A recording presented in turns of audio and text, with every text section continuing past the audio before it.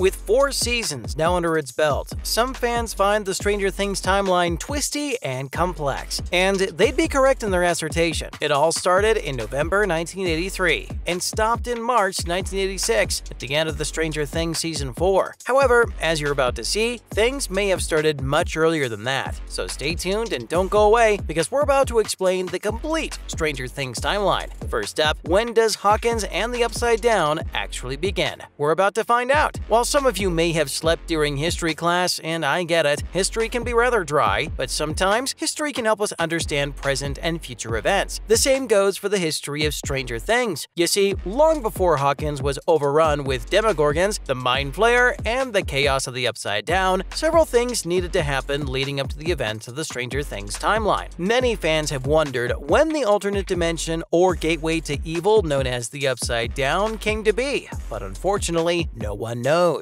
The origin or history behind the Upside Down is shrouded in mystery. All we know is that it came to be, but we don't know why, how, or when it formed. However, as you're about to learn, there's a ton of stuff that we do know. In fact, think of us as Stranger Things history buffs. For instance, we can confirm that the town of Hawkins was founded in the 1800s and that the last person to go missing before Will Byers went missing in 1923, 60 years before the initial events of Stranger Things took place in 1983. Don't go anywhere because we're about to take the deepest dive into one of the hottest Netflix series of all time. Next up, who's the first Stranger Things character to see death, destruction, and chaos? Let's take a look. One of the earliest characters to become acquainted with death and mayhem is none other than Victor Creel, Henry Creel's father. During the 1940s, while fighting in World War II, Victor ordered the bombing of a civilian home in France. Fast forward to 1959, and the Creels move into their dream home. The only problem is that Henry, aka Vecna, is just getting warmed up. He kills his family and frames his father. Moving forward in our timeline now to 1961 to something Hopper revealed in the season. According to Hopper, the last person to die by suicide in Hawkins did so in the year 61. And speaking of Hopper, in a Season 4 monologue, Hopper opens up about working with the US Army's Chemical Corps to spread Agent Orange in Vietnam. Agent Orange was nasty stuff. Exposure to the chemical had long-lasting impacts on pregnancy, including miscarriages, abnormal fetal development, and body and facial deformities. Agent Orange has also been linked to type 2 diabetes, heart disease, hormone disruption, and the dysfunction in the muscular and immune systems. We come to learn that Steve Harrington is born in 1966, now 1 year later. Nancy Wheeler, Jonathan Byers, Barb Holland, and Billy Hargrove are born. Up next, can you guess which characters may have been born in 1971? You're about to find out. In 1971, Dustin Henderson, Mike Wheeler, Will Byers, Lucas Sinclair, Sarah Hopper, and 11 are born. Ominously, 1971 is also the same year that Charles Manson was sentenced to death. 2 years later, in 1973, Joyce Byers starts working at Melvald's General Store. Fast forward 6 years to 1979, Sarah Hopper tragically dies from cancer, and Hopper's marriage begins to crumble apart. At this point, Hopper decides to return to his hometown of Hawkins and becomes the chief of police. Much of the backstory for Stranger Things Season 2 centered on the backstory of the Hawkins lab and the government's involvement in producing superpowered individuals like 11. 11 soon discovers that there are more people like her, people like Callie, for instance. Back in 1953, the US government clears the MK-Ultra project, and the Hawkins National Laboratory is just one of many American labs to immediately begin conducting experiments. By the time the early 1960s rolled around, Callie Prasad, still an infant, is stolen from her home in London. In 1969, a lot is happening in America and around the world, but back in Hawkins, Dr. Martin Brenner arrives with Callie and begins his MK-Ultra experiments. Not long after her arrival, Callie escapes the lab, and Terry Ives participates in MK-Ultra experiments while unknowingly pregnant. In 1971, Terry gives birth to 11 and is seized by Brenner. Stay tuned and don't go away because we're continuing our deep dive into decades of Stranger Things history. As you can see, it's quite the rabbit hole. Next up, can any of you Stranger Things fans guess which important event took place in 1973? We're about to find out. When 1973 rolls around, the American public finally learns the truth about MK-Ultra, and the program is brought to a halt. In 1974, Terry breaks into Hawkins' lab searching for her daughter and is arrested. Unfortunately for Terry, story, while in custody, she's subjected to ECT therapy and falls into a permanent catatonic state. 5 years later, in 1979, Vecna is released by Eleven and inflicts the Hawkins Lab massacre. After this, Eleven banishes him to the Upside Down. Speaking of Eleven, let's take a few moments to delve deeper into Eleven's complex history. Eleven spent the early part of her life inside Hawkins' lab, where she learned to harness and control her frightening and lethal superpowers. She was also experimented on and even tried to spy on the Russians. But then, as we all know, Eleven successfully escapes the facility and meets Mike and his pals. From 1980 to 1983, Eleven is essentially busy having fun with her superpowers and killing bad guys. Brenner sees her crush a can of Coca-Cola with her telekinetic powers, and she's even asked to kill a cat with her telekinesis, but thankfully can't bring herself to do it. While inside a sensory deprivation tank, Eleven inadvertently makes first contact with a Demogorgon from the Upside Down. She touches the Demogorgon and opens a gate to the Upside Down. Eleven escapes Hawkins' lab, but in the Upside Down, Hawkins is frozen in 1983. Up next, what did Stranger Things Season 1 primarily focus on? Let's take a look. Stranger Things Season 1 focused mostly on finding and rescuing Will Byers. A secondary storyline dealt with Eleven and the Hawkins lab, and most of the season takes place over the course of 1 week, November 6th through the 12th, with a brief time jump at the end of the season from November 11th and 12th. On November 6th, the Demogorgon manages to escape from Hawkins' lab, and not long after, Will Byers is abducted. Around Hawkins, homes are experiencing severe electrical interference, power surges, and outages. The following day, Joyce Byers reports Will missing to the Hawkins Police Department. At the same time, Brenner launches an investigation into Eleven and Demogorgon escaping, and Eleven shows up at Benny's Burgers, and a concerned Hammond calls Child Services. Unfortunately, however, the call is rerouted to the Hawkins lab, and Brenner and his team are alerted. Within minutes, Brenner and his goons arrive at the burger joint and kill Hammond, but Eleven escapes with her life. Hopper and his team conduct a thorough search of the woods, but all they find is Will's bike. Joyce receives an unsettling phone call and only hears deep breathing, but she's convinced it's Will. That night, the 7th of November, Mike, Lucas, and Dustin find Eleven in the woods while searching for Will. They bring Eleven back to Mike's house and try to figure out their next move. Finally, how was Will able to communicate using the lights in his house? Let's find out. One of the most unforgettable scenes from Stranger Things Season 1 is Joyce Byers communicating with Will via Christmas lights and the alphabet painted on the wall. But that doesn't explain how Will is able to communicate through that. Will is the only person known to have survived days in the Upside Down. But what makes his experience so interesting is that he was able to communicate with his mom by manipulating the lights in his house. The Christmas lights were Joyce's big opportunity in figuring out how to communicate with her son, and Eleven subsequently contacts Will through the walkie-talkie by using her telekinetic abilities. Will sees the illuminations in the Upside Down as soon as Joyce plugs in the Christmas lights, and he was able to hear her voice, but there's a catch. Since the Upside Down is Hawkins stuck in the past, Will wouldn't have been able to see the letters painted on the walls. That's why Joyce loudly calls out the letters when Will hits the corresponding light. This is how Will was able to guess which light represented which letter and talk to his mother this way. And remember that time when Dustin and his friends are able to communicate with the teens in the Upside Down via a light bright? Clearly, there's still a great deal of mystery surrounding the Upside Down, but at least the questions about the lights have finally been answered. We always love to know what our viewers are thinking, so why not drop some comments below and let us know which Stranger Things mysteries are still nagging at you. That's a wrap for today's video. Thank you for watching. Don't forget to hit that like button and subscribe.